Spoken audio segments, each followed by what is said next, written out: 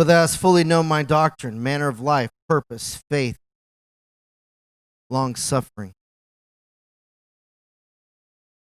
I had looked up long-suffering in the New Testament. Falls pretty close to what long-suffering is in the fruit of the Spirit.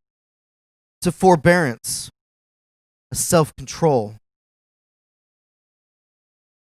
a restraint, and a tolerance through trials and tribulation,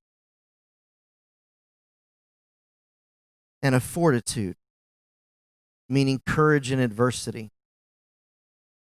Teaching our children that even in the midst of things being struggling and hard, and we've been oppressed and we have things going on in our life, to show restraint, tolerance, self-control. When we're faced with things that are difficult decisions, when we're faced with hard times, showing courage even in the midst of those.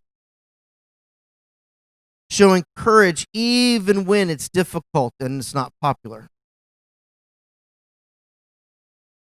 I stole 2 quotes that, thinking about courage, stood out to me. And I'm not normally one that quotes people, but in the midst of things that are going on in our current world right now, I've been reading some of the things that Martin Luther King Jr. had said and done over the years.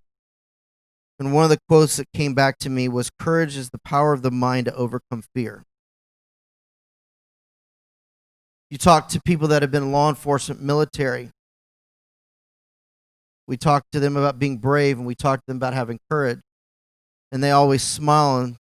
And honestly, it was the deciding factor of them that in the midst of adversity, in the midst of fear, in the midst of things, they decided to overcome. They decided that what was important to them was greater than the fear of what would happen to them. That is courage in adversity.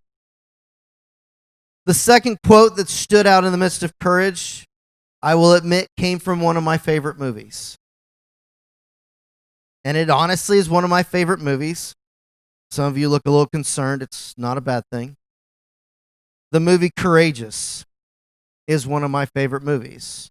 Overcome is right there with it, but Courageous is still top of the list. And there was a moment in there that they were talking about as fathers and growing up and where to stand in that. And it says, if fathers just did what they were supposed to do, half of the junk that we face on the streets wouldn't exist. As thinking back as a cop, thinking back even my conversations with law enforcement, if our fathers, and I say that in a broad, big circle, would have taught, been in the homes, showed godly order, showed scriptures to our children, and I'm saying our, just one big old huge circle, the things that we are dealing with right now would not exist if fathers would have stood up and took their place as the spiritual leader of their home a couple generations ago. We wouldn't be where we're at today. Well, at least not to the degree. Paul took the time to teach Timothy the things that he long suffered through. Adversities, pain, punishment, imprisonment, and said, even in the midst of that, I'm going to teach the gospel and do what's right. That's what we should be teaching our children.